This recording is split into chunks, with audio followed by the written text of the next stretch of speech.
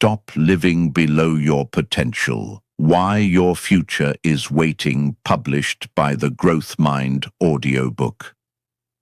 Introduction. One day, you may look back at your life and realize that the biggest thing standing between you and the person you could have become was not a lack of talent. It was hesitation, not one enormous act of surrender, but thousands of tiny delays. The morning you chose comfort over effort.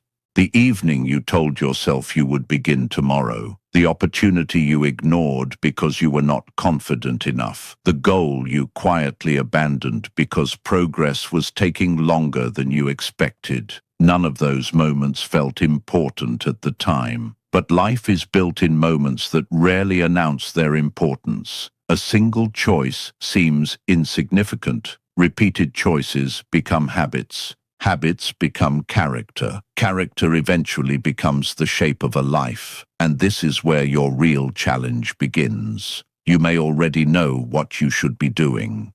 You may know the skill you need to develop, the habit you need to break, the work you need to finish, or the decision you need to make. The problem is not always knowledge. Sometimes the problem is that your actions have not yet caught up with your awareness. You have been living with the knowledge of your potential without accepting the responsibility that comes with it. That ends here.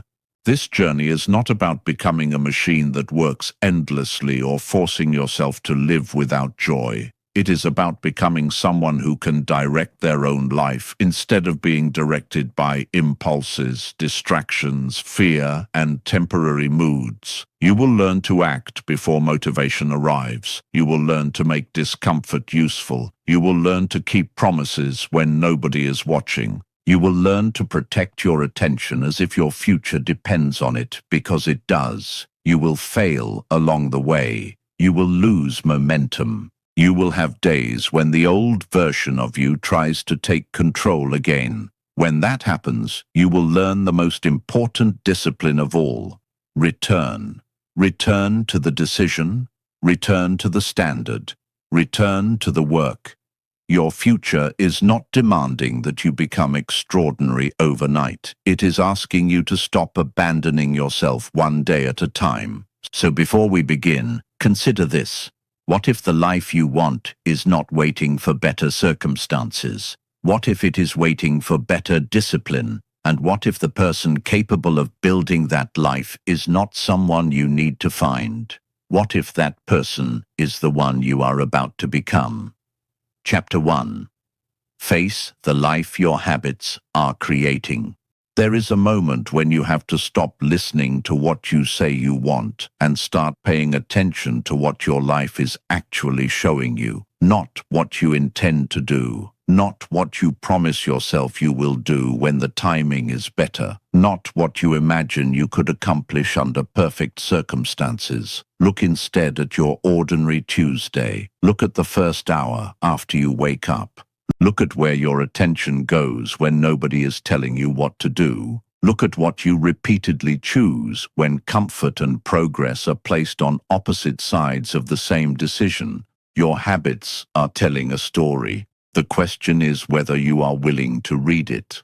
Most people evaluate their lives by their intentions. They say they want to become healthier, but their routines say something different. They say they want to build a career they are proud of, yet their evenings disappear into distractions. They say they want financial freedom, but never examine where their money goes. They say they want to create something meaningful, but repeatedly postpone the first difficult step. There is often a painful distance between what a person says matters and what their behavior consistently protects. That distance is where potential goes to waste. This is not an invitation to attack yourself. Shame rarely creates lasting discipline. The purpose is to become honest enough to make a change. You cannot redesign a life you refuse to examine. Before you can build a different future, you have to understand the machinery creating your present. Think about your life as a collection of repeated votes. Every morning you cast votes for the person you are becoming. When you choose to exercise, you vote for strength. When you study instead of scrolling, you vote for competence. When you finish what you started, you vote for reliability. When you repeatedly surrender important work to distraction, you also cast a vote. One decision does not define you, but repeated decisions begin to form a pattern, and patterns eventually become difficult to distinguish from identity. This is why your future is closer than you think. It is not waiting somewhere beyond the horizon, completely disconnected from today. It is quietly taking shape inside your routines. If you want to know where your life is heading, study what you repeatedly do. Ask yourself a few uncomfortable questions. What do I do with my best hours? What do I consistently postpone? Where does my attention disappear? What promises do I make and then break? What activity consumes my time without moving my life forward? Which difficult action do I keep avoiding because avoiding it gives me temporary relief? Do not answer these questions with excuses. Answer them with evidence. For the next 7 days, observe yourself without judgment. Write down how you spend your mornings. Notice how often you reach for your phone. Track the tasks you complete and the ones you repeatedly delay. Pay attention to the moments when you say, "I'll do it later." You are not conducting this exercise to criticize yourself. You are gathering information, and information gives you power. Once you can see your patterns, you can interrupt them. Maybe you discover that your biggest problem is not a lack of time, but fragmented attention. Maybe you realize that you have been waiting for motivation when what you actually need is a schedule. Perhaps you discover that your environment makes distraction effortless and discipline inconvenient. Or maybe you finally admit that you have been protecting yourself from the possibility of failure by never fully committing to anything. Whatever you discover, do not look away. Your current life is not a permanent verdict. It is feedback. If the results are not what you want, change the inputs. This is where responsibility begins, not with blaming yourself for every circumstance, but with recognizing that your next move still belongs to you. You may not control your past. You may not control other people's choices. You may not control every obstacle that appears in your path, but you can control what you repeatedly practice from this point forward. Start with one decision. Choose one habit that is quietly pulling your life in the wrong direction.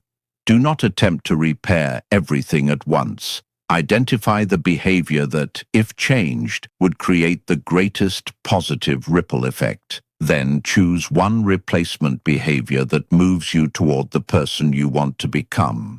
If your mornings disappear into your phone, protect the first 30 minutes of your day. If you constantly postpone important work, begin with 15 uninterrupted minutes. If you keep abandoning your goals, choose one small commitment and complete it every day. Do not underestimate small corrections. A ship changes direction by degrees, not by magic. The difference may be invisible at first, but after enough distance, the destination is completely different. Your life works the same way. The habits you practice today are quietly steering you somewhere. The question is whether you are consciously choosing the destination. Face your life as it is. Study your patterns. Tell yourself the truth. Then change one thing. Because the moment you become honest about what your habits are creating, you gain the ability to create something else. And once you see that comfort, not circumstance, may be keeping you in place, you will be ready for the next step. Breaking the routines that have quietly taught you to settle. Chapter 2. Destroy the comfort that is keeping you average. Comfort rarely announces itself as a problem. It arrives quietly, disguised as convenience. It tells you to stay in bed for another 20 minutes. It suggests checking your phone before beginning the work that matters. It whispers that you deserve a break before you have even started. It convinces you that tomorrow will be a better time to begin. And because none of these choices seem dangerous on their own, you rarely notice what they are doing to you. The real danger of comfort is not that it feels good. The danger is that it can slowly make a smaller life feel acceptable. You can become comfortable with unfinished goals, comfortable with low energy, comfortable with financial stress, comfortable with avoiding difficult conversations, comfortable with knowing you are capable of more while repeatedly doing less. Eventually, the gap between the life you have and the life you could have built becomes so familiar that you stop noticing it. That is how people become trapped without ever being physically imprisoned. They simply repeat what is familiar. But your previous chapter has already forced you to look honestly at your habits. Now you have seen the patterns. You know which behaviors are moving you forward and which ones are quietly pulling you backward. The next step is more difficult. You have to interrupt them, and interruption creates discomfort. This is where many people retreat. They discover what needs to change, become excited for a few days, and then encounter resistance. The alarm rings earlier. The workout feels harder than expected. The project becomes complicated. The new routine demands patience. Suddenly, the old life begins looking attractive again. This is the moment when comfort makes its strongest argument. It says, "Why make things so difficult?" It reminds you how easy it was to stay the same. But easy and worthwhile are not always the same thing. Imagine a person who has lived in a dark room for years. When someone opens the curtains, the sunlight initially feels harsh. The natural reaction might be to close them again, but the sunlight did not hurt because it was harmful. It felt uncomfortable because the eyes had adapted to darkness. Growth can feel the same way. When you begin demanding more from yourself, your mind may interpret the change as a threat. You are disrupting familiar patterns. You are asking yourself to tolerate uncertainty, effort, and temporary frustration. None of this means you are moving in the wrong direction. Sometimes discomfort is simply the sensation of becoming unfamiliar with your old limitations. That is why you must stop treating every uncomfortable feeling as a reason to quit. If you want to become stronger, you must occasionally lift something that feels heavy. If you want to become skilled, you must spend time being a beginner. If you want greater confidence, you must risk situations where you might fail. If you want extraordinary discipline, you must practice choosing what matters over what feels easiest. The goal is not to make your entire life difficult. That would be foolish. Rest is necessary. Joy is necessary. Recovery is necessary. The goal is to become capable of choosing discomfort deliberately when the discomfort leads somewhere valuable. Start small. Wake up when you said you would. Finish the task before opening entertainment. Take the walk when you feel like staying on the couch. Spend an hour learning instead of consuming. Say no to something that repeatedly wastes your attention. Do the thing you have been postponing for no other reason than it makes you uncomfortable. Every time you make one of these choices, you are practicing a new form of freedom. You are proving that your impulses do not have automatic authority over your behavior. That is an important realization. You are allowed to want comfort without obeying the desire for it. You can feel tired and still take one useful step. You can feel nervous and still speak. You can feel uncertain and still begin. You can feel resistance and still continue. This is how discipline is built, not in dramatic moments, but through repeated encounters with the small voice that says, "Not today." The next time that voice appears, do not argue with it for an hour. Do not wait until you feel inspired. Simply recognize it, then move. For the next 7 days, choose one uncomfortable action each day that supports the person you want to become. Make it specific. It might be completing your most important task before checking social media, exercising for 30 minutes, making a difficult phone call, or spending an hour developing a valuable skill. The action itself is not the entire point. The real objective is to teach yourself that discomfort does not control you, because once you stop running from every uncomfortable feeling, you become harder to stop. But there is another obstacle waiting. The moment you begin choosing discipline over comfort, your mind will often produce a convincing explanation for why you should stop. It will sound reasonable. It may even sound intelligent. And that is why the next battle is not against comfort. It is against the excuses that protect it. Chapter 3. Hunt down every excuse before it becomes a decision.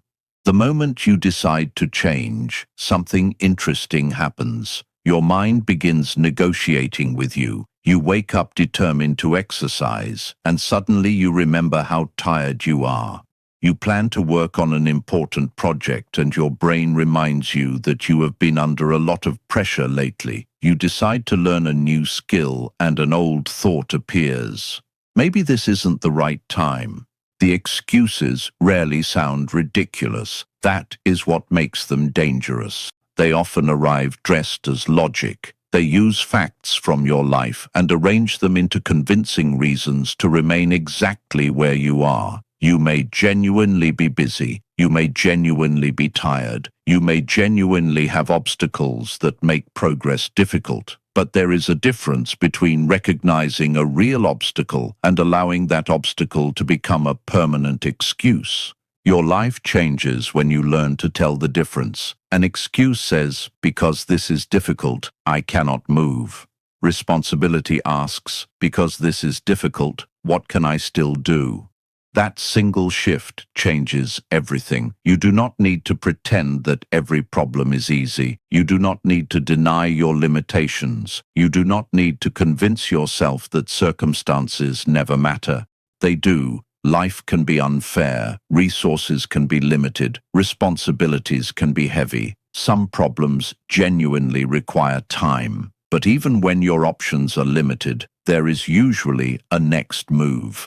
Maybe you cannot complete the entire project today, but you can work on it for 20 minutes. Maybe you cannot transform your health this week, but you can take a walk today. Maybe you cannot solve your financial situation immediately, but you can examine your spending and learn something useful. Maybe you cannot control another person's behavior, but you can decide how you will respond. The goal is not to become someone who never encounters obstacles. The goal is to become someone who refuses to let obstacles make every decision. This requires learning to recognize your personal excuse patterns. Some people use perfectionism. They tell themselves they need a flawless plan before they begin. But perfectionism often becomes sophisticated procrastination. The plan keeps getting improved while the work never starts. Others hide behind preparation.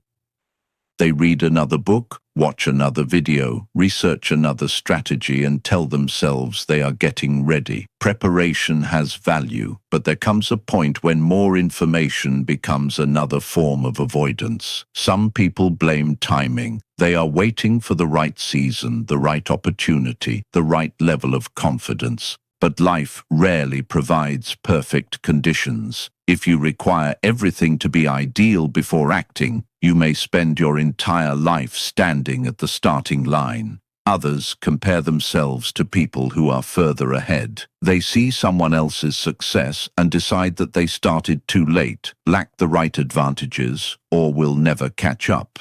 Comparison can become an excuse because it shifts attention away from the only question that matters. What can I do from where I am? You must become suspicious of any thought that repeatedly gives you permission to avoid action. When you hear yourself say, I can't, pause. Ask, what part of this can I control? When you say, I don't have enough time, ask, where can I create 15 minutes? When you say, I'm not ready, ask, what would being slightly more ready look like? When you say, I'll start tomorrow, ask, what can I begin today? These questions do not magically remove difficulty. They return your attention to possibility. That is the real power of responsibility. It gives you something to work with. For the next 7 days, keep an excuse journal. Every time you catch yourself avoiding an important action, write down the reason your mind gives you. Then write one response beginning with the words, "Even so, I don't have enough time. Even so, I can give this 15 focused minutes. I'm afraid I'll fail. Even so, I can take the first step. I don't know enough yet. Even so, I can learn the next thing. I missed yesterday. Even so, I can restart today." This practice trains your mind to search for movement instead of escape. But there is a deeper truth you must understand. Excuses do not always disappear simply because you recognize them. Sometimes you will know exactly what you should do and still feel no desire to do it. You will have no energy, no enthusiasm, no emotional momentum. You will look at the task and think, "I will do it when I feel better." That is where another trap begins. If you allow your feelings to determine your actions, your progress will always be inconsistent. Your emotions are real, but they are not always reliable instructions. You can acknowledge how you feel without allowing that feeling to command your behavior. You can be tired and still do something meaningful. You can be uncertain and still begin. You can be discouraged and still continue. You can be afraid and still move forward. This is the difference between living by impulse and living by intention. The excuses may continue speaking. Let them. You do not have to defeat every thought before taking action. You simply have to stop treating every thought as an order. Because once you learn to recognize an excuse without obeying it, you discover a powerful truth. You do not need to feel ready to begin. You only need to be willing to take the first step. And that leads to the next battle, the battle against waiting itself. Because if you keep waiting for motivation to arrive before you act, you may spend years waiting for a feeling that was supposed to be created by the action you refused to take. Chapter 4. Stop waiting to feel ready and start before you feel like it. There is a quiet trap that keeps intelligent, ambitious people stuck for years. They believe they are waiting for motivation, but what they are really waiting for is permission from their emotions. They tell themselves they will begin when they feel inspired. They will exercise when they have more energy. They will start the business when they feel confident. They will write when the ideas arrive. They will change their lives when the right mood finally appears. But the right mood is unreliable. Some mornings, you will wake up energized. Other mornings, you will wake up wondering why you ever made the commitment in the first place. Some days, progress will feel exciting. Other days, the same work will feel painfully ordinary. If your actions depend on how you feel, your results will always fluctuate with your emotions. That is why you must learn a different principle. Start first and let motivation catch up. Think about a cold engine. It does not become warm because you stand beside it hoping it will start. You turn the key. The engine begins moving. Then, little by little, it reaches operating temperature. Your behavior often works the same way. You do not always need motivation to begin. Sometimes you need to begin to create motivation. The first page creates the desire to read the second. The first mile creates momentum for the next. The first 5 minutes of work make another 5 possible. Action creates evidence that progress is happening, and that evidence gives your mind a reason to continue. This is why your greatest battle is often not completing the task. It is crossing the invisible line between thinking about doing something and actually doing it. You can spend an entire day planning to work and still accomplish nothing. You can research productivity systems for hours without completing one meaningful task. You can imagine the person you want to become while continuing to behave exactly like the person you are trying to outgrow. At some point, thinking must become movement, so make starting easier. Do not tell yourself you must write an entire chapter. Tell yourself you will write the first paragraph. Do not promise to exercise for 2 hours. Put on your shoes and walk outside. Do not demand that you master a new skill immediately. Spend 10 focused minutes learning the basics. The purpose of reducing the starting point is not to lower your ambitions. It is to remove the psychological resistance that prevents you from moving. Once you begin, you can decide what comes next. A powerful technique is the 5-minute launch. When you feel resistance toward an important task, commit to doing it for only 5 minutes. No negotiation, no demand for enthusiasm. Simply begin. You may stop after 5 minutes if you genuinely need to, but often you will not. The task that seemed enormous before beginning becomes manageable once you are inside it. Resistance loses some of its power when confronted by action. This teaches you something important about discipline. Discipline is not the absence of resistance. It is the ability to move while resistance is present. You do not have to feel fearless to act courageously. You do not have to feel energetic to take one useful step. You do not have to believe completely in yourself before giving yourself a chance. You simply need to stop making your feelings the final authority. For the next 7 days, choose one important task each morning. Complete it before allowing yourself to disappear into unnecessary distractions. If the task feels overwhelming, use the 5-minute launch. Begin before your mind has time to construct another argument against starting, and pay attention to what happens. You may discover that motivation was never as far away as you thought. It was waiting on the other side of movement. But there is an even deeper transformation taking place. Every time you act despite resistance, you are collecting evidence about yourself. You are proving that your decisions can be stronger than your moods. Do that often enough, and something begins to change. You stop seeing yourself as someone who is constantly trying to become disciplined. You begin seeing yourself as a disciplined person. That shift matters, because lasting transformation does not come from forcing yourself to perform the same behavior forever. Eventually, your repeated actions begin to reshape your identity. The things that once required intense effort start becoming normal. The person who once needed an hour to convince themselves to begin may eventually begin without thinking. The person who once broke promises to themselves may become someone who expects themselves to follow through.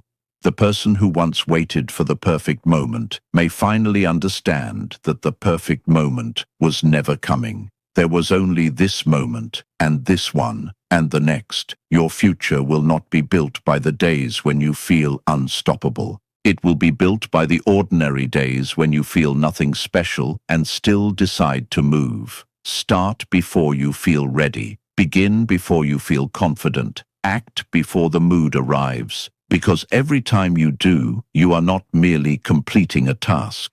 You are becoming someone who can be trusted with a bigger future. And once you begin keeping promises through action, the next challenge becomes clear. You must build enough self-trust to believe that the person you are becoming will actually follow through. Chapter 5. Keep one promise every day until you trust yourself again. There is a kind of confidence that cannot be borrowed from a motivational speech, a compliment, or someone else's belief in you. It comes from a quieter place. It develops when you repeatedly prove to yourself that your word means something. You say you will do something and then you do it. Not occasionally, not only when the circumstances are convenient. You follow through. That is how self-trust is built.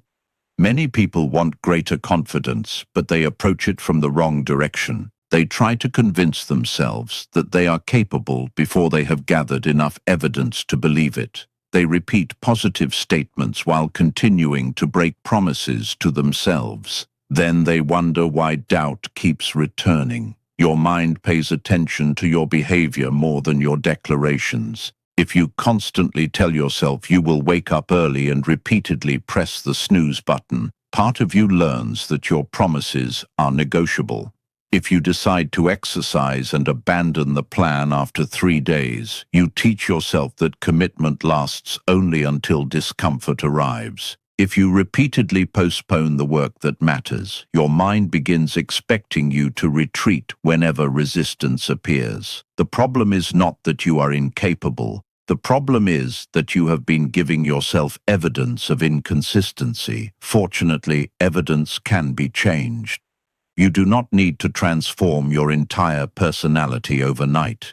You do not need to make 10 ambitious promises every morning. In fact, doing so may create another cycle of excitement followed by disappointment. Start smaller. Choose one promise. Make it specific. Make it measurable. Then keep it. Perhaps you decide that you will walk for 20 minutes every morning. Maybe you commit to reading 10 pages before bed. Perhaps you will spend 30 uninterrupted minutes developing a skill or complete your most important task before opening social media. Whatever you choose, make the commitment realistic enough to survive an ordinary day. The objective is not to impress yourself. The objective is to trust yourself. Imagine someone you care about constantly promising to show up for you and repeatedly failing. Eventually, you would stop relying on their words. You would listen to what they say, but you would base your expectations on what they actually do. Your relationship with yourself works in much the same way. If you want to trust yourself with a larger future, begin by becoming reliable in small matters. Keep the appointment you made with yourself. Finish the task you said you would finish. Get up when you said you would get up. Return to the work when you promised you would. Every completed promise becomes a small deposit in your account of self-respect. Over time, those deposits accumulate. You begin to think differently. Instead of saying, "I hope I can do this," you start thinking, "I know I can follow through." That is a powerful shift. But there is an important distinction between discipline and perfection. Keeping promises does not mean you will never fail. You will have difficult days. You will get sick. Unexpected responsibilities will appear. Sometimes life will interrupt your plans. The goal is not to maintain an unbroken record. The goal is to refuse to turn one broken promise into a permanent identity. If you miss one day, return the next. If you fall behind, restart. If you make a mistake, correct it. Never allow a temporary failure to become a reason for permanent surrender. This is where the principle of returning becomes essential. The strongest people are not necessarily those who never lose momentum. They are the people who know how to recover quickly. For the next 30 days, choose one daily promise and protect it. Write it down. Keep it visible. Track every day you complete it. Do not add 10 new commitments halfway through the experiment. Build one piece of evidence at a time. At the end of 30 days, look back. You will have more than a completed habit. You will have proof. Proof that you can decide and follow through. Proof that discomfort does not automatically defeat you. Proof that your future does not have to be controlled by your past patterns. And once you experience that kind of self-trust, you will understand something important. Discipline is no longer about forcing yourself to act. It becomes a way of respecting yourself. But a single promise, even a powerful one, is not enough to carry you through every difficult season.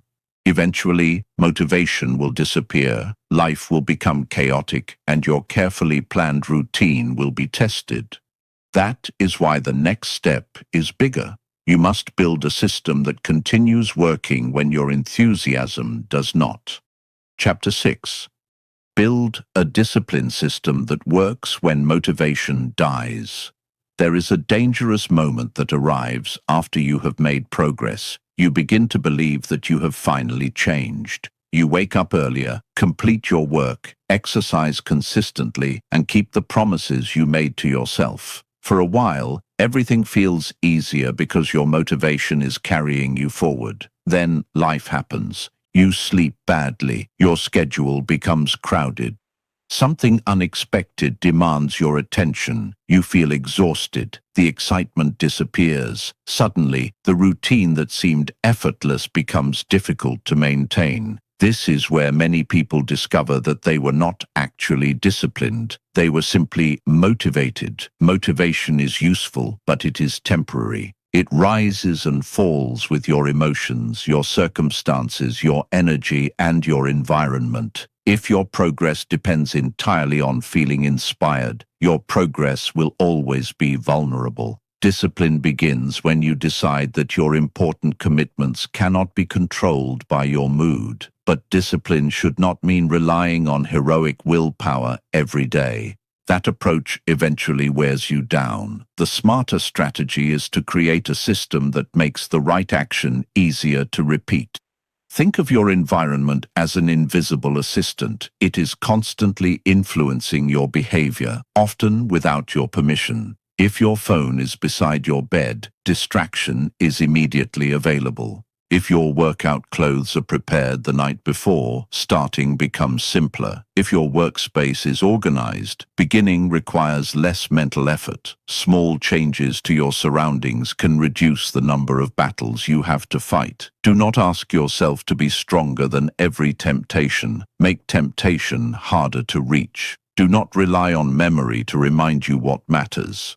Put it on your calendar. Do not wait until you feel ready to begin.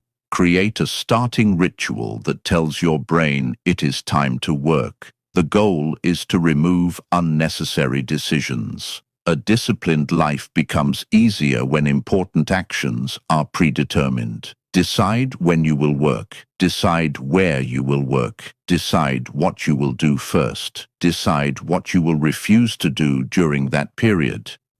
The fewer choices you need to make in the moment, the more energy you can spend on execution.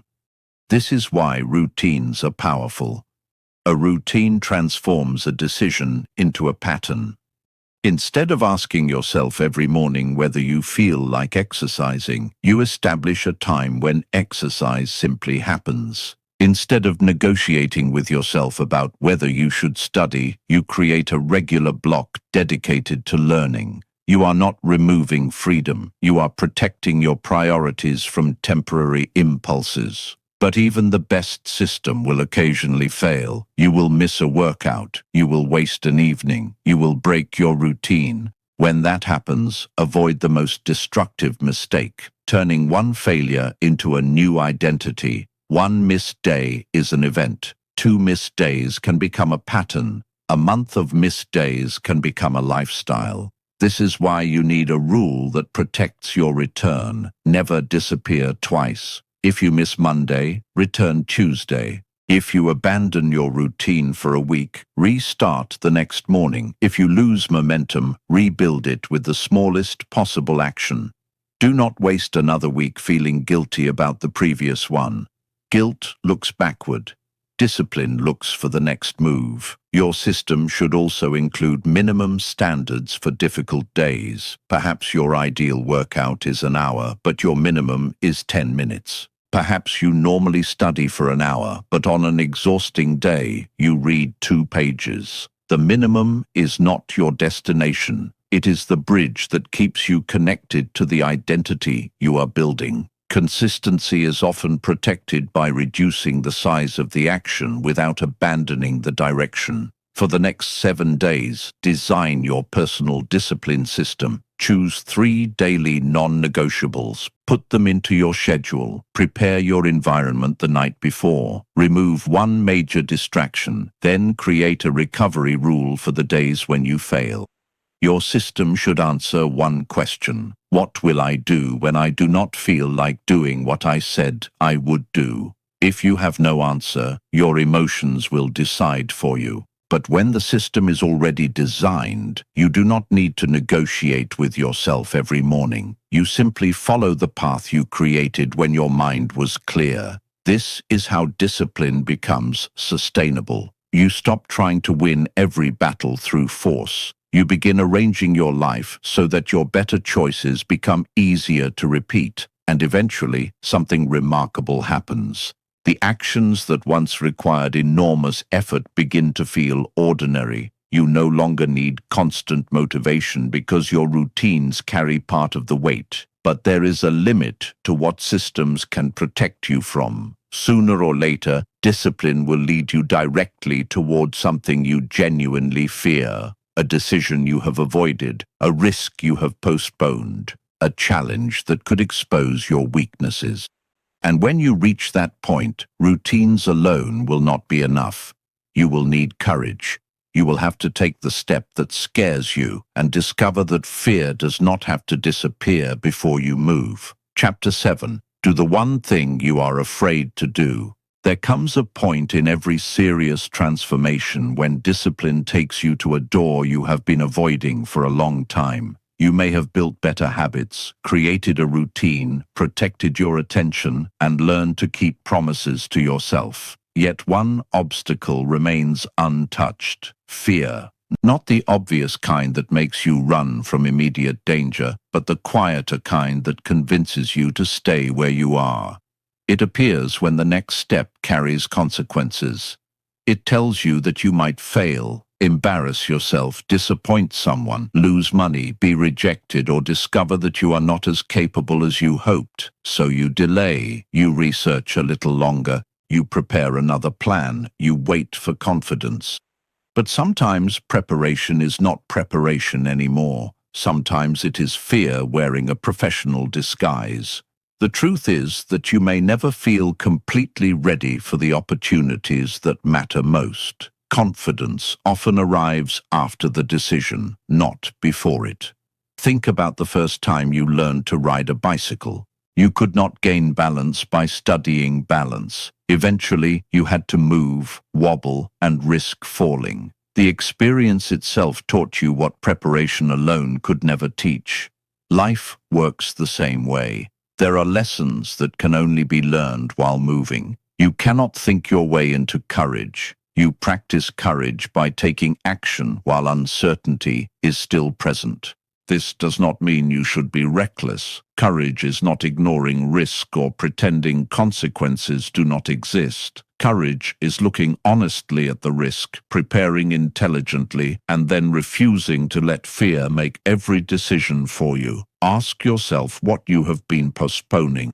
Is there a conversation you need to have? An application you need to submit? A project you need to publish, a business you need to begin, a boundary you need to establish, a skill you need to attempt even though you might be terrible at first? Your answer matters because the thing you keep avoiding may be connected to the next version of your life. Fear often grows in the space between imagination and reality. When you avoid an action, your mind fills the empty space with possibilities. The rejection becomes catastrophic, the failure becomes permanent, the embarrassment becomes unbearable. But once you act, reality replaces imagination. You discover what actually happens. Sometimes you succeed, sometimes you fail, sometimes you learn that the situation was never as frightening as your mind predicted, and sometimes you discover that failure is survivable. That discovery is priceless.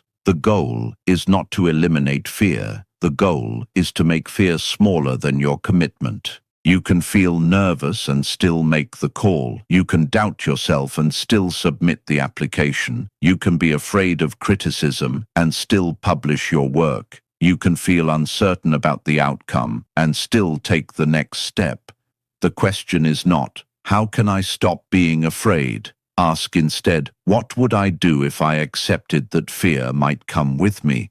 That question changes the relationship. Fear no longer needs to leave before you begin. It can sit beside you while you act. For the next 24 hours, identify one meaningful action you have been avoiding because of fear. Do not choose something imaginary or vague. Choose a real action that moves your life forward. Then shrink it to the smallest physical step.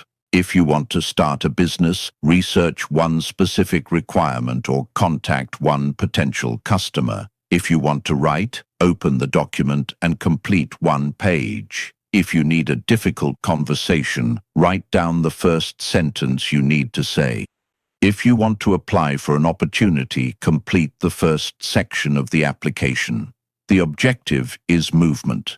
Once you move, you collect information. Information reduces uncertainty. Reduced uncertainty makes the next action easier. This is how courage compounds. One brave action becomes evidence that you can survive discomfort. That evidence makes another brave action possible. Eventually, you become someone who does not require certainty before moving forward. But there is another danger waiting for you. You can become courageous enough to act and still fail to make meaningful progress if your attention is constantly scattered. You can have discipline, you can have courage, you can have ambition, and still lose years to distraction. The modern world is designed to compete for your attention every waking hour. If you do not deliberately protect that attention, someone else will gladly use it. So once you have learned to move through fear, your next responsibility is to decide where your courage and energy will actually go, because your attention is the bridge between intention and achievement. And if that bridge is constantly being interrupted, even your strongest intentions may never reach the other side. Chapter 8. Take back your attention before it takes your future. You can have a clear goal and still fail to reach it. You can have discipline, ambition, courage, and a carefully designed plan, yet remain strangely unproductive. The problem may not be that you lack time. It may be that your attention is being divided into pieces so small that nothing important receives enough of it to grow. Your attention is one of the most valuable resources you possess. Every day you spend it somewhere. You give it to conversations, responsibilities, entertainment, problems, advertisements, notifications, worries, and your own thoughts. The question is not whether your attention will be used. The question is whether you will decide where it goes. This matters because your attention eventually becomes your life. Whatever repeatedly captures your attention begins influencing what you think about. What you think about influences your decisions. Your decisions shape your behavior. Your behavior creates your results. That chain is easy to ignore because it happens gradually. You open your phone for a moment. One video becomes 5 minutes becomes 30 minutes becomes an hour. Then you wonder why the important project never received your best energy. The problem is not that you watch something entertaining. Rest and enjoyment have a place in a healthy life. The problem begins when entertainment becomes automatic, when distraction becomes your default response to boredom, discomfort, or uncertainty. You are no longer choosing where your attention goes. Something else is choosing for you. Modern life makes this especially difficult. Every device around you is competing for a piece of your mind. Notifications ask you to look. Algorithms offer endless content. Messages interrupt your concentration. Even when nothing demands your attention, your habits may send you searching for stimulation. The result is a mind that becomes uncomfortable with stillness. And a mind that cannot tolerate stillness struggles to produce deep work. Important things require concentration. Learning a difficult skill requires sustained effort. Building a meaningful career requires periods of uninterrupted thought. Creating something original requires enough silence for ideas to develop. You cannot build a remarkable life if your attention is constantly being rented out to trivial things. This does not mean you need to disappear from the world. It means you need to become selective. Start by identifying the hours when your mind is strongest. For some people, that is early morning. For others, it is late at night. Protect those hours for work that genuinely matters. Do not give your freshest attention to random scrolling and expect to have plenty left for your ambitions. Create a protected block. Begin with 60 minutes. During that hour, choose one important task. Put your phone somewhere you cannot casually reach it. Close unnecessary tabs. Turn off notifications. Tell people around you that you are unavailable unless something is urgent. Then work. At first, this may feel strangely uncomfortable. You may discover how often your mind searches for escape. You may suddenly remember something you want to check. You may feel an urge to reach for your phone without even knowing why.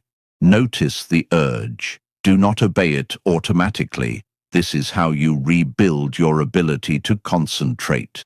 Focus is not simply a talent some people are born with. It is a capacity that strengthens through practice. Every time you resist an unnecessary interruption and return to the task, you are training your attention. You are teaching your mind that boredom is survivable.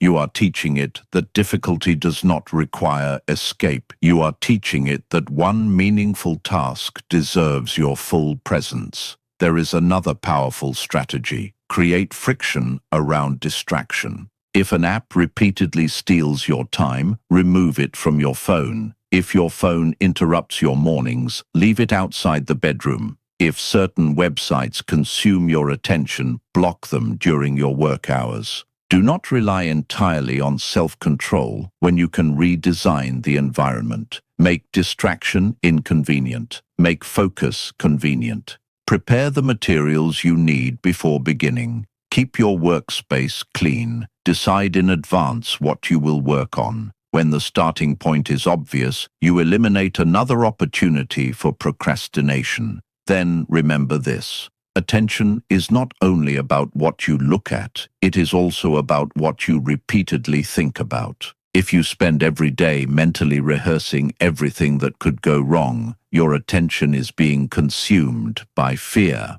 If you constantly compare your life with other people's highlights, your attention is being consumed by dissatisfaction. If you repeatedly replay old mistakes, your attention is being consumed by the past. You must learn to redirect your mind. Ask yourself throughout the day, is this where I want my attention to be? That simple question can interrupt an enormous amount of unconscious behavior. For the next 7 days, protect one 60-minute distraction-free block every day. Use it for the single activity that would create the greatest improvement in your life if you pursued it consistently. Do not measure the week by how inspired you feel. Measure it by how often you protected what matters.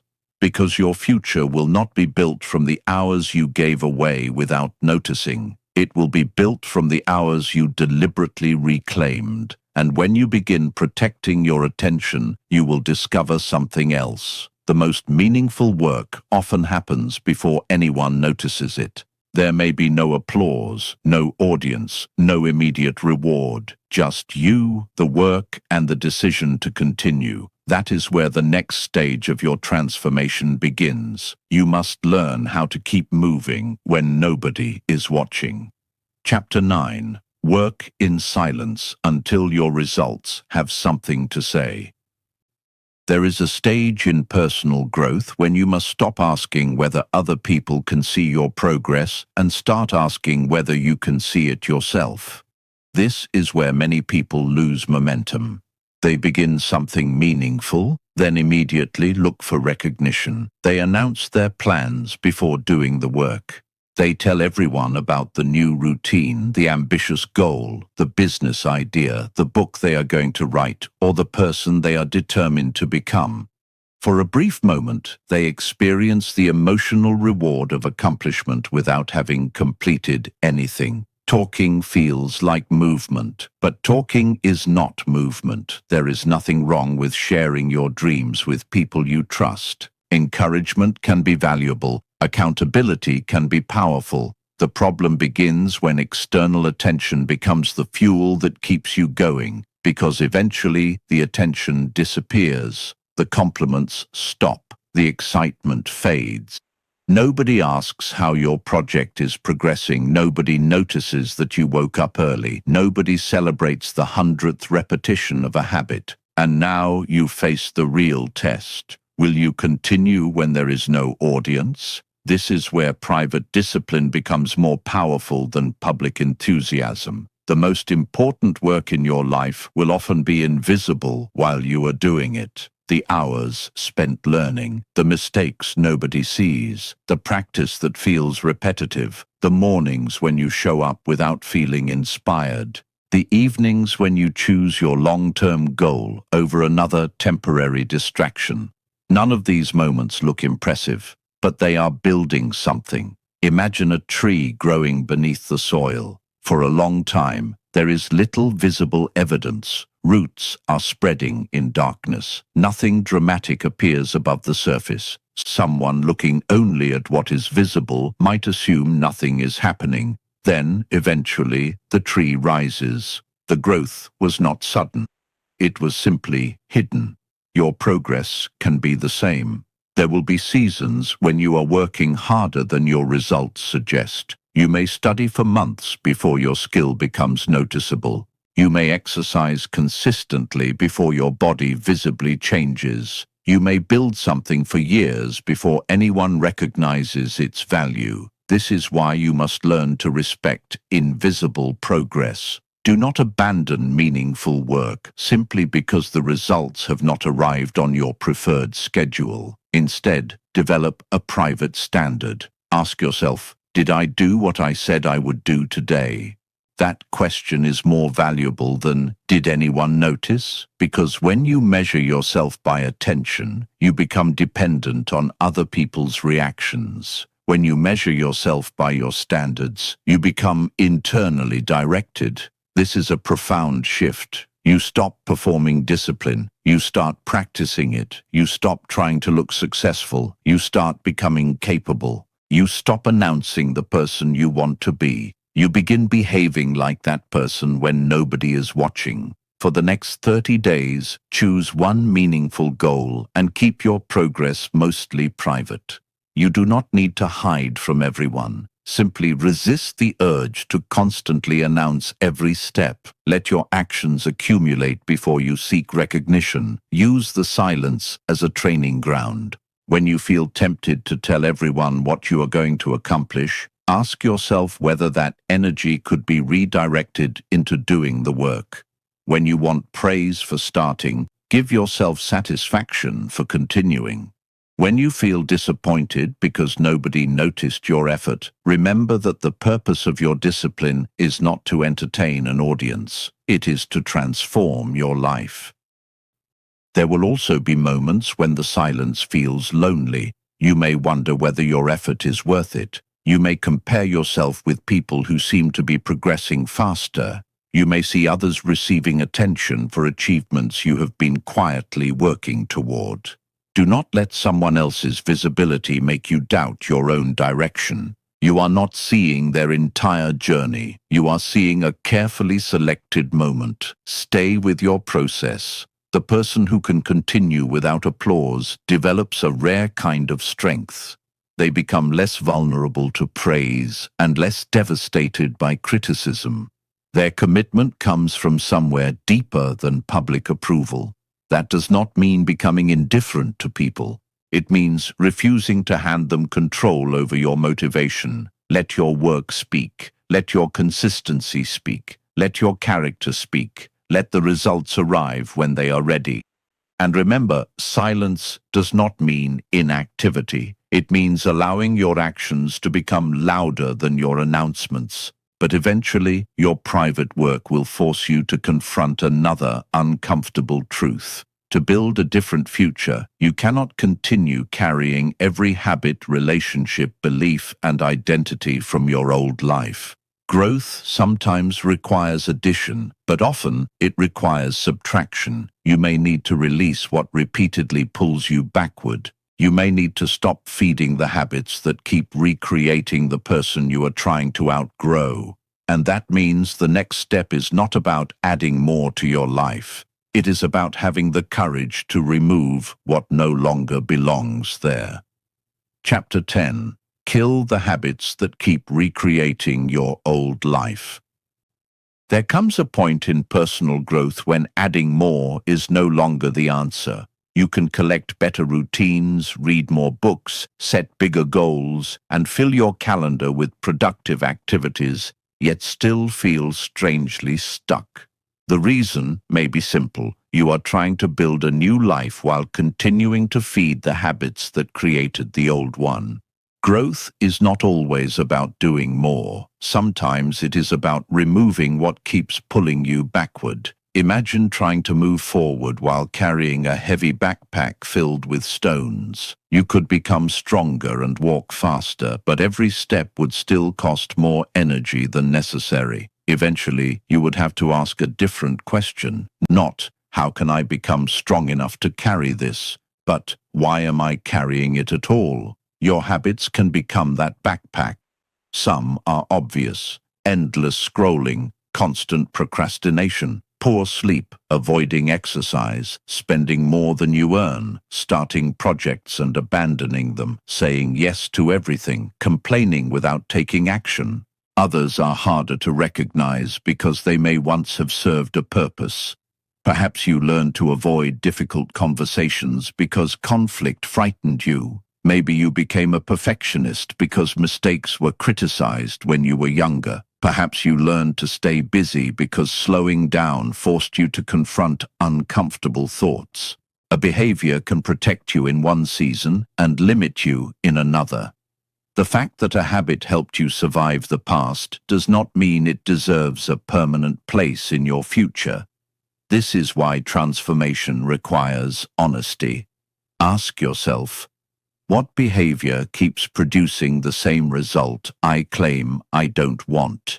If you repeatedly feel exhausted, examine what you do with your evenings. If you repeatedly feel behind, examine where your attention disappears. If you repeatedly struggle financially, examine your spending patterns. If you repeatedly lose confidence, examine the promises you keep breaking to yourself. If you repeatedly find yourself surrounded by unhealthy relationships, examine the boundaries you refuse to establish. The point is not to blame yourself. The point is to identify the mechanism. Results have causes. If you keep changing the goal while protecting the behavior that creates the problem, nothing meaningful will change. This is where subtraction becomes powerful. You might not need another productivity app. You may need fewer distractions. You might not need another motivational video. You may need to start the work. You might not need a more complicated schedule. You may need to stop filling every empty space with meaningless activity.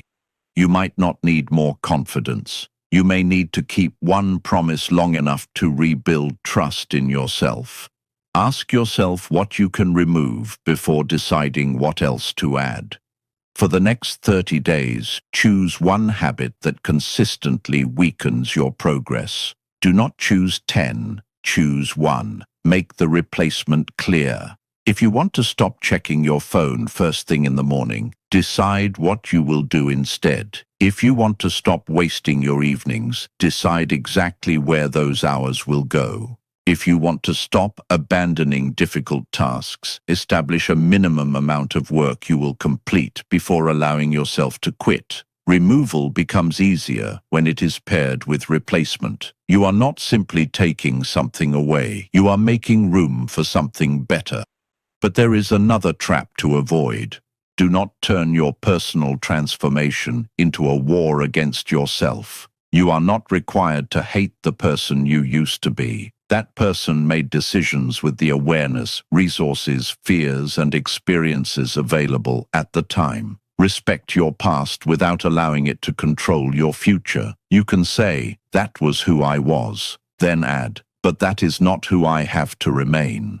This is one of the most powerful sentences you can give yourself. You are allowed to outgrow your old patterns. You are allowed to change your mind. You are allowed to stop participating in routines that no longer serve you. You are allowed to become unfamiliar to people who only knew your previous version. And sometimes that last part is the hardest. When you change, not everyone will understand.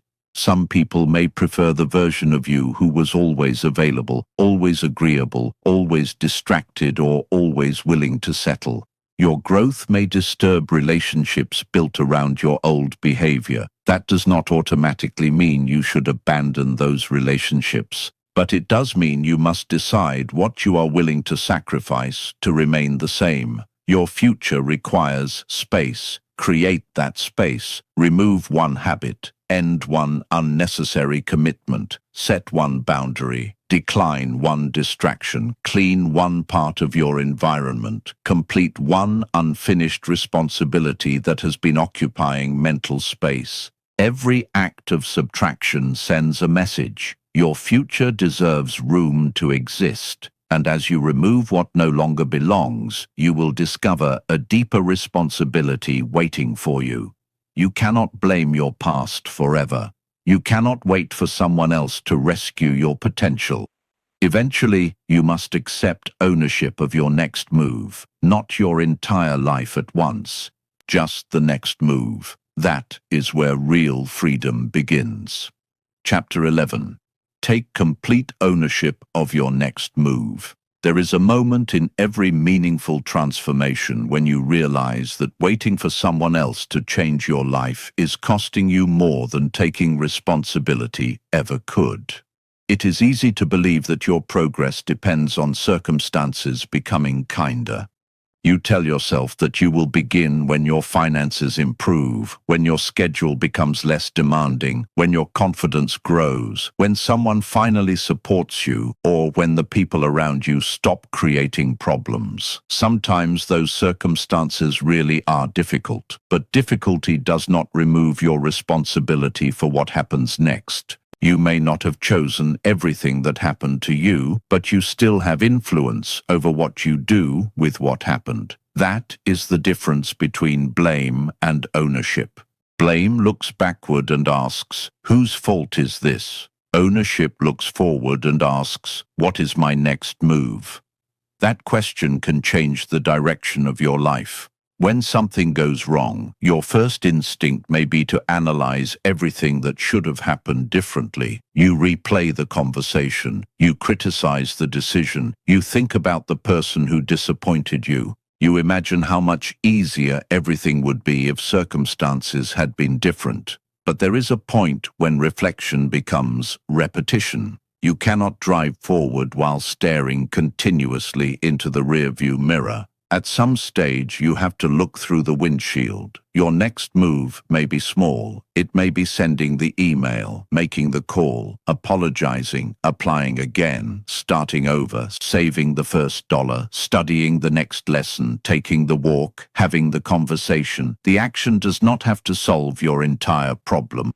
It only has to move you out of helplessness and into participation. This is the power of focusing on what you can control. You cannot control whether someone respects you. You can control the standards you set for how you will be treated. You cannot control whether an opportunity accepts you. You can control whether you prepare and apply. You cannot control every setback. You can control how quickly you begin rebuilding. You cannot control the past. You can control what the past teaches you. You cannot control every thought that enters your mind. You can control which thoughts you choose to believe and act upon. This does not mean pretending that everything is within your control. That would be unrealistic. Life contains randomness, loss, unfairness, and circumstances that no amount of discipline can completely prevent. Ownership is not the belief that you control everything.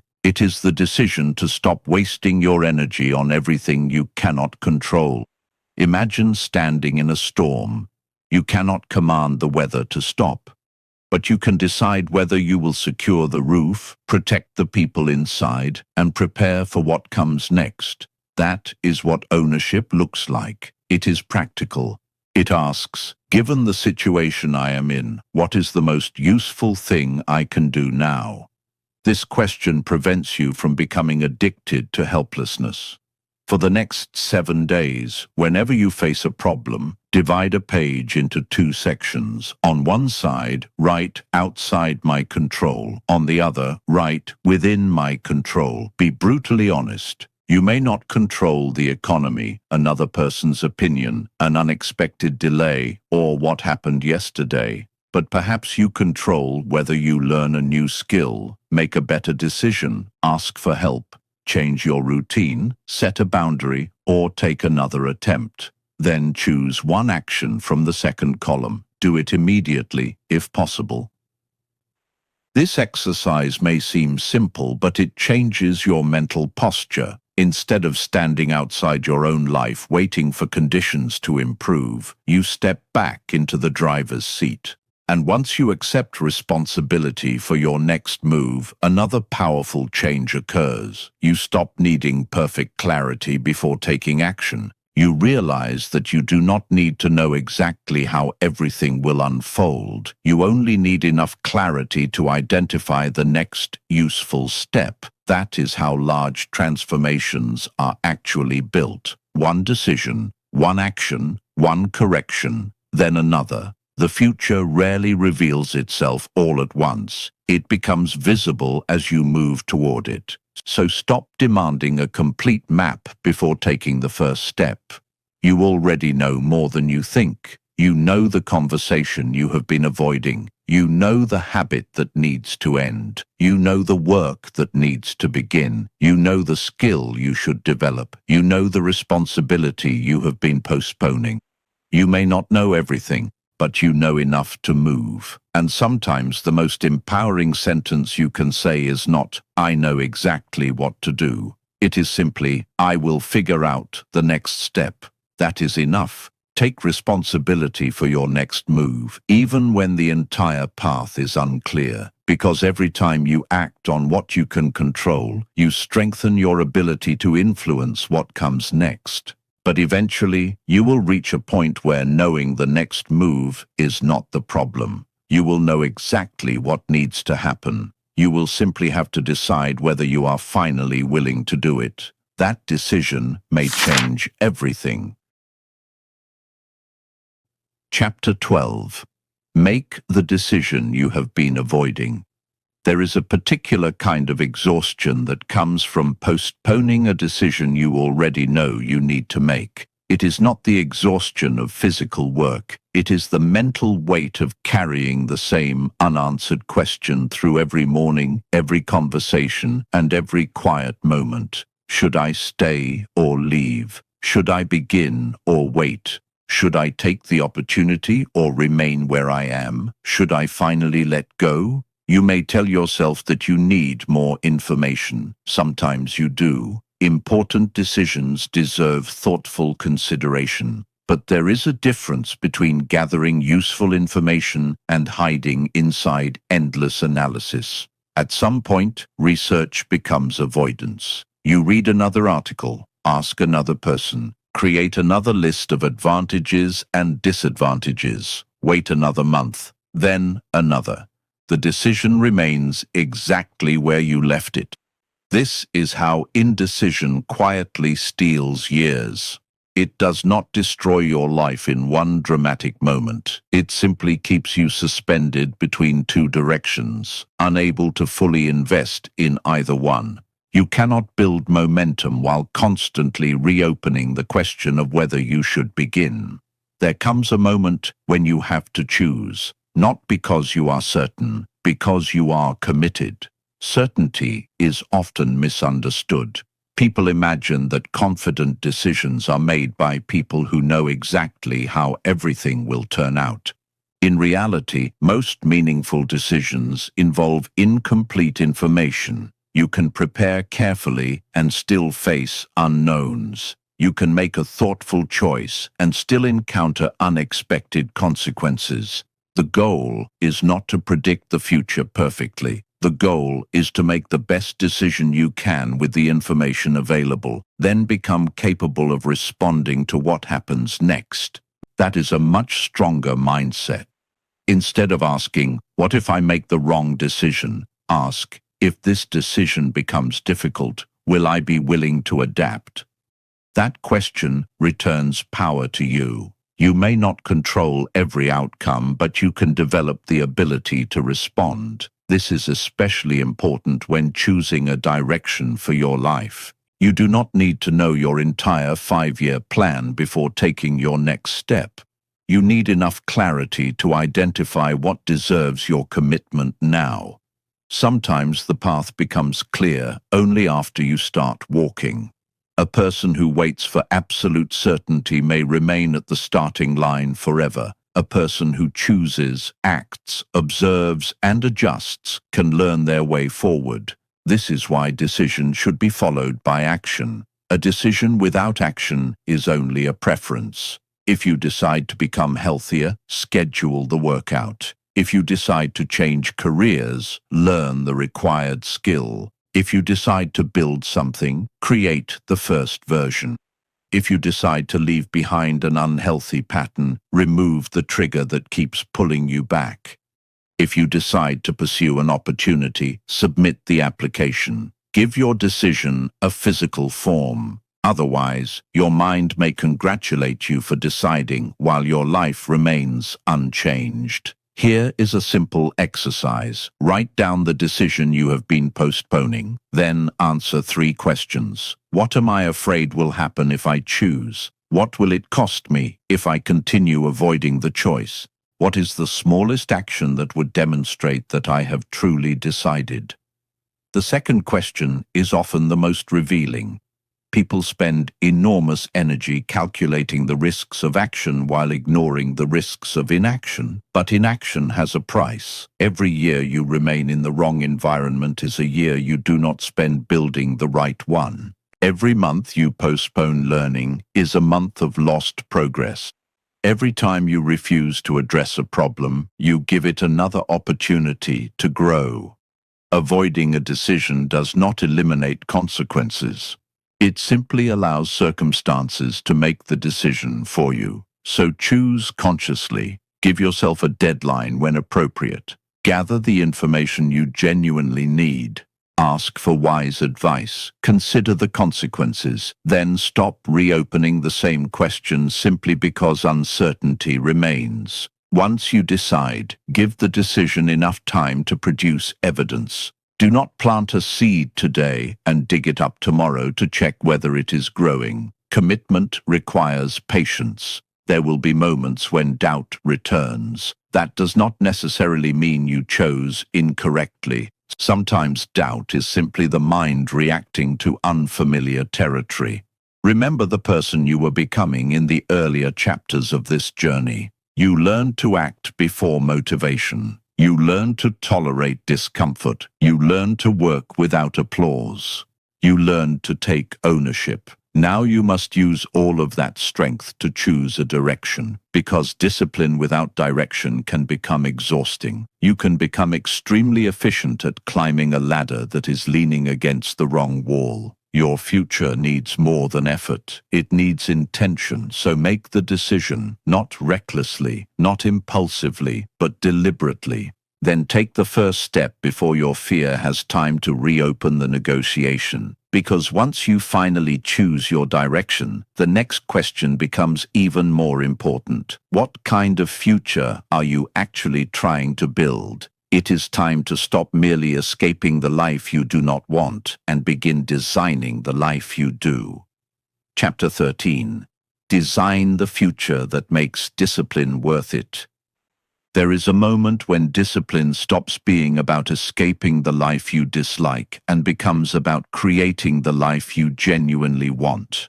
Until now, you have been learning how to break patterns, overcome excuses, protect your attention, and take responsibility for your choices. But effort without direction can become its own kind of trap. You can work hard and still move toward the wrong destination. You can become extremely disciplined and spend your energy building a life that looks impressive from the outside, but feels empty from within. That is why you must answer a deeper question. What are you actually building? Many people never ask themselves this. They chase goals because those goals are admired by others. They pursue money because everyone says money represents success. They chase titles, recognition, possessions, and status without stopping to consider whether those things are connected to the life they truly value. Then, after years of achievement, they discover something uncomfortable. They reached the destination. They simply did not want to live there.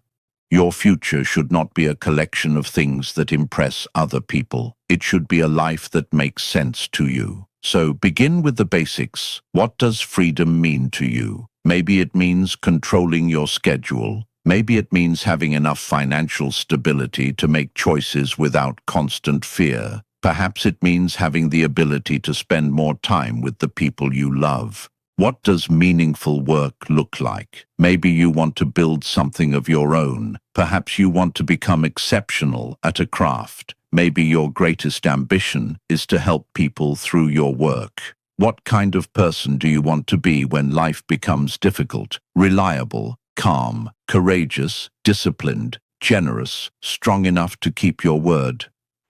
These questions matter because the future you build is shaped not only by what you achieve, but by who you become while pursuing it. Do not create goals that require you to destroy the person you want to be. If success demands that you sacrifice every relationship, every moment of rest, and every value you claim to care about, you may need to redefine success. A meaningful future should challenge you without betraying you. Now imagine yourself 5 years from today. Do not focus only on possessions. Instead, look at an ordinary day. Where do you wake up? How do you spend your mornings? What kind of work fills your day? Who is around you? How healthy and energetic do you feel? What skills have you developed? What responsibilities can you handle confidently? What problems no longer control you? Most importantly, how do you feel about the person looking back at you in the mirror? This exercise is powerful because it turns an abstract dream into a direction. Once you can see the destination, you can identify the behaviors that must begin today. If you want to become physically strong, you need a routine that supports your health now. If you want financial freedom, you need to learn how to manage, save, and grow your money now. If you want meaningful work, you need to develop valuable skills now. If you want strong relationships, you need to practice honesty, presence, and respect now. The future does not suddenly appear when the calendar reaches the right year. It is assembled in advance through ordinary decisions. This is where your discipline finally gains a purpose. You are not waking up early simply to prove that you can wake up early. You are protecting your mornings because they belong to the future you are building. You are not exercising because discipline looks impressive. You are strengthening your body because you want the energy to live fully. You are not learning because collecting information makes you superior. You are learning because greater capability gives you greater freedom. When your actions are connected to something meaningful, discipline becomes easier to sustain. Difficult choices still feel difficult, but they no longer feel pointless. For the next hour, create your future blueprint. Write one page describing the life you want to be living 5 years from now. Be specific about your work, health, relationships, finances, character, and daily routines. Then identify 5 behaviors that future version of you practices consistently. Finally, ask yourself the most important question. What would that person start doing today? Do not write down 10 things. Choose one. Then begin. Your future does not need a perfect plan. It needs a direction strong enough to influence your daily choices. You have spent this journey learning how to stop running from discomfort, stop negotiating with excuses, stop waiting for motivation, and stop giving your attention away. Now you know what all that discipline is for. It is for building a life that deserves your effort. And as you begin living according to that vision, you will discover the final truth of this journey. You do not become your future self by imagining that person. You become that person by repeatedly making the choices they would make. One morning at a time, one promise at a time, one difficult decision at a time, one disciplined action at a time. Eventually, the distance between who you are and who you intended to become begins to disappear. And then you reach the final threshold. You realize that you are no longer waiting to become someone different. You are already becoming that person. Now it is time to step fully into the life you have been preparing yourself to live. Chapter 14. Become the person who no longer needs to be rescued. There is a moment when personal growth stops being about discovering what you are capable of and becomes about accepting the responsibility of becoming it. You have reached that moment. You have examined your habits. You have challenged your excuses. You have learned to choose discomfort over automatic comfort, action over endless preparation, and discipline over temporary moods. You have protected your attention, faced fear, worked without applause, removed habits that kept you stuck, and taken ownership of your next move. You have learned how to change direction. Now comes the most important question. Will you continue? Because transformation is not proven by what you understand at the end of a journey. It is proven by what you do when the journey becomes ordinary again. The excitement will eventually fade. The words of this audiobook will become quieter in your memory. Tomorrow will become another normal morning. Your alarm will ring. Your responsibilities will still be waiting. The temptation to return to familiar habits will still exist. This is where your real transformation begins. You cannot depend forever on inspiration. You cannot repeatedly search for another speech to convince you to do what you already know needs to be done. At some point, you must become your own reminder. You must become the person who gets up without needing to be rescued by motivation. The person who starts without being pushed. The person who keeps a promise even when nobody knows it was made. The person who can lose momentum without losing direction. This does not mean you will never struggle again. You will. You will have mornings when discipline feels heavy. You will make decisions you regret. You will return to an old habit you thought you had defeated. You will experience rejection. You will question yourself. You may even reach a point where the future you imagined seems impossibly far away. When that happens, remember what you have learned. You do not need to rebuild your entire life in one day. You need to make the next right move. That is all. When you fail, return. When you lose focus, return. When fear becomes loud, return. When you break a promise, repair it. When you fall behind, begin again. The ability to return may be the most valuable discipline you ever develop. Many people believe successful people are those who never lose their way. The truth is often different. They lose their way too. They simply refuse to remain lost. They return to their standards. They return to their purpose. They return to the work. They return to themselves. This is how resilience is built, not by avoiding failure, but by refusing to make failure your permanent address. So stop waiting for someone to save your potential. No one else can live your life for you. No one else can make the decisions you keep avoiding. No one else can protect your attention. No one else can keep your promises. People can support you, they can encourage you, they can guide you, they can love you, but ultimately the responsibility for your next step belongs to you. And that is not a burden, it is freedom. Because if your future depended entirely on someone else, you would have very little power. But if your next move belongs to you, then you can begin today. You do not need permission. You do not need perfect confidence. You do not need to know exactly how the entire story ends. You need enough courage to write the next sentence. So choose your standards. Decide what you will no longer tolerate from yourself. Decide what you will protect. Decide what you will practice. Maybe your standards are simple. I keep my word. I protect my health. I do difficult work before unnecessary distraction. I face problems instead of hiding from them. I return quickly when I fail. I do not abandon my future for temporary comfort. These standards become your compass when emotions become confusing. Write down 3 standards you are willing to live by for the next year. Not goals that depend on external results, but behaviors that remain within your control.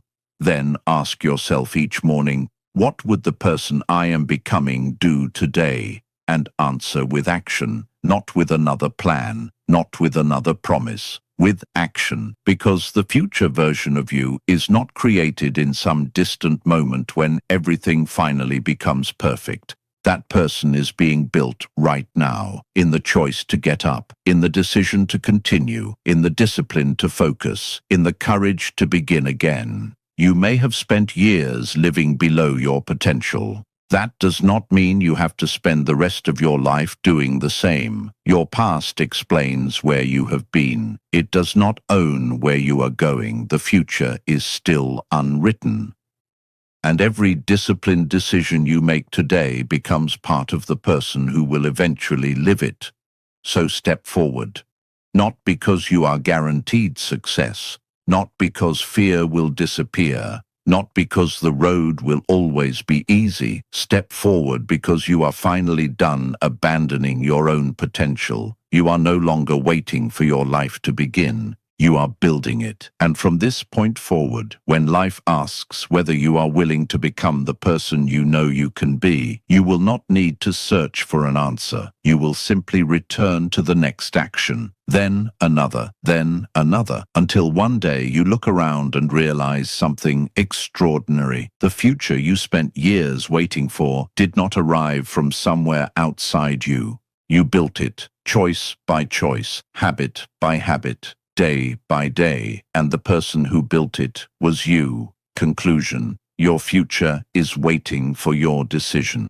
You began this journey with a difficult question. What happens if you continue living exactly as you are living today? Now you have a different question to answer. What could your life become if you stopped negotiating with your potential? The answer will not appear in a single dramatic moment. Your future will be shaped quietly through ordinary choices that rarely feel important while you are making them. The decision to get up when you said you would, the choice to finish what you started, the courage to have the conversation you keep avoiding, the discipline to protect your attention, the willingness to begin again after a setback. These moments may seem small. They are not. They are the building blocks of your life.